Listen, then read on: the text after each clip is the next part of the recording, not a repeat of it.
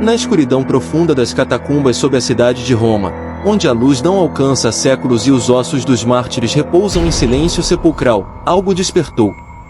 Não foi um corpo ressuscitado nem um espírito libertado, foi algo mais antigo, mais cruel. Uma promessa feita no passado, agora cobrada no presente. E quem caminhava pelas ruínas frias e úmidas era ele, Cipriano, o bruxo renascido. Vestido com roupas desgastadas pelo tempo e marcado por cicatrizes que pareciam pulsar a luz fraca de sua vela, Cipriano descia as escadas gastas como se cada passo fosse uma prece silenciosa. Seus olhos, negros como carvão incandescente, viam o que outros não podiam, sombras dançando nas paredes, figuras espreitando entre as sepulturas, vozes sussurrando línguas mortas. Havia sido chamado ali por uma carta enigmática, escrita em grego antigo e selada com cera negra. A mensagem dizia apenas: o terceiro portal foi aberto. Venha antes que seja tarde. E ele sabia o que aquilo significava. Cipriano não fora sempre servo de Deus. Na juventude, mergulhou nas artes proibidas, aprendendo magia nos templos perdidos do Egito, da Babilônia e da Índia. Foi dito que ele invocou demônios com as mãos trêmulas de medo e que comandou espíritos com palavras que fazem os ossos rangerem só de serem pronunciadas. Antes de sua conversão ao cristianismo, fizera pactos com entidades que exigiam muito mais do que simplesmente poder. Um desses pactos envolvia os 3 portais, portas dimensionais que conectavam o mundo humano ao reino das trevas. Cada porta tinha uma chave, e cada chave, uma alma especial. Cipriano havia usado 2 delas. A primeira para ganhar conhecimento que ultrapassava qualquer ciência humana.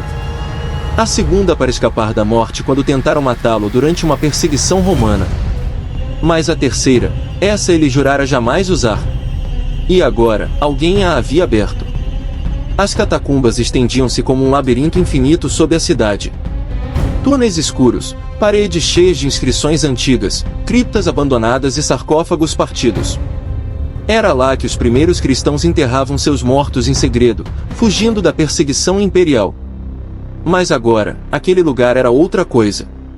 Enquanto Cipriano avançava, notou que os símbolos cristãos nas paredes estavam apagados, como se tivessem sido corroídos por ácido invisível. Cruzes tinham sido viradas de cabeça para baixo. Em alguns túneis, via sinais de rituais recentes, velas pretas, pentagramas desenhados com sangue, corpos mutilados de animais sacrificados. Ele parou diante de uma porta de pedra grossa, gravada com símbolos arcaicos e uma frase em latim. Quem abre o terceiro, fecha o último. Cipriano sentiu um frio subir-lhe a espinha. Aquela porta já fora aberta. Empurrou-a com força, e ela rangeu como se protestasse. Do outro lado, encontrou uma câmara redonda, iluminada por tochas negras. No centro, havia um altar de pedra negra, manchado de vermelho. Sobre ele, jazia um livro aberto, com páginas amareladas e letras que se moviam como se respirassem. Era o Liber Malum, o livro do mal, um texto proibido, escrito por um discípulo direto de Lúcifer, contendo rituais capazes de rasgar o véu entre mundos. Cipriano aproximou-se lentamente. Sua mão tremia ao tocar a capa.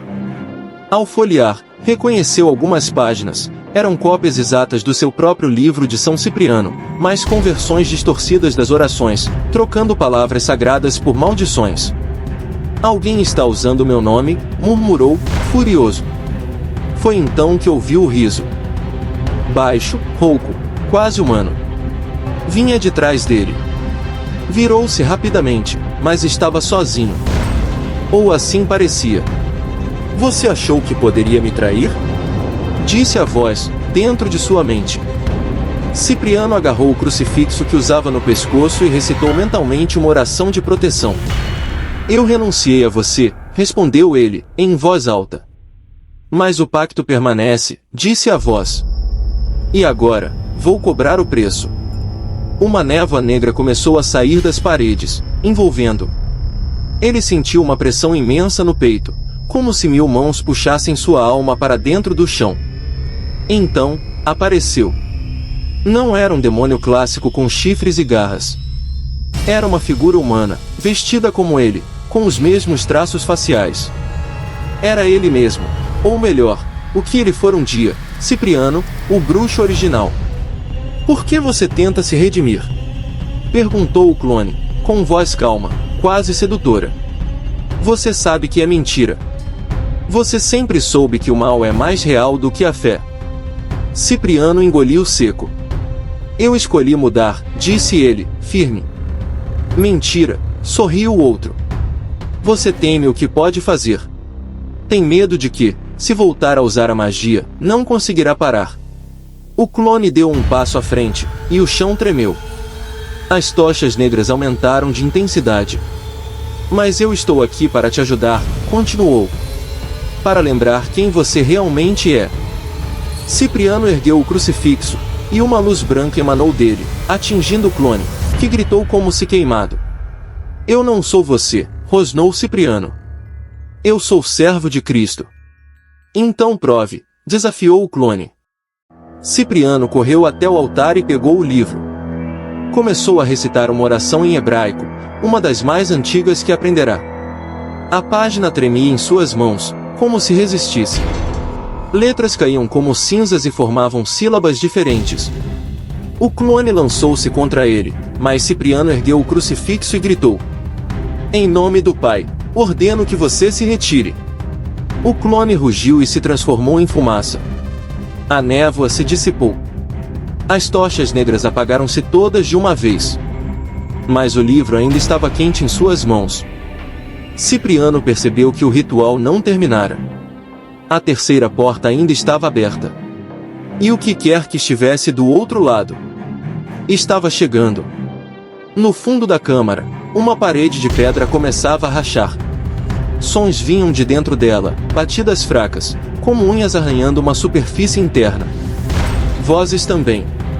Milhares de vozes, chorando, implorando, gemendo. Cipriano aproximou-se, receoso. Sabia o que era aquilo. O terceiro portal, a última fronteira entre o mundo dos vivos e o inferno verdadeiro.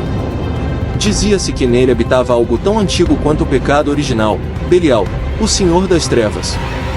Se Belial saísse, nada seria capaz de detê-lo.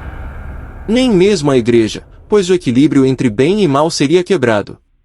Cipriano precisava fechar o portal. Mas para isso, precisaria oferecer algo em troca. Algo de valor igual à alma de um homem.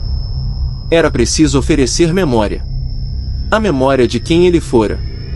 De tudo o que aprenderá. Do amor que tivera. Da dor que vira. Isso é o que você quer? Perguntou Cipriano à sombra que se agitava atrás do portal. A resposta veio em forma de vento negro, que envolveu seu corpo e sugou-lhe a consciência. Acordou horas depois, talvez dias, sobre o chão frio da câmara. O portal estava fechado. O livro, reduzido a cinzas. O clone, desaparecido. Mas ele não lembrava de nada. Não lembrava seu nome. Não lembrava seu passado. Não lembrava por que estava ali. Tinha apenas um crucifixo no pescoço e um instinto: lutar contra o mal. Ao sair das catacumbas, encontrou a cidade em chamas. Havia rumores de possessões em massa, de padres assassinados, de crianças falando em línguas estranhas. Algo havia escapado. Mas ele não lembrava o que. E nunca lembraria.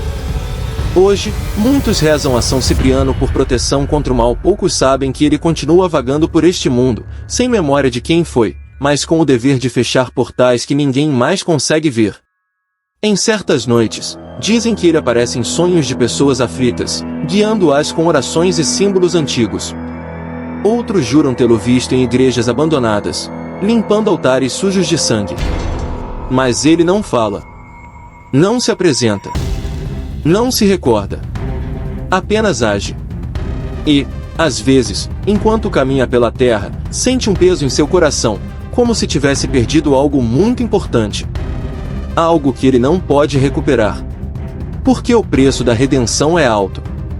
E ele pagou com tudo o que era. Agora se inscreva no canal e deixe o gostei se não vou atrás de tu, cabra.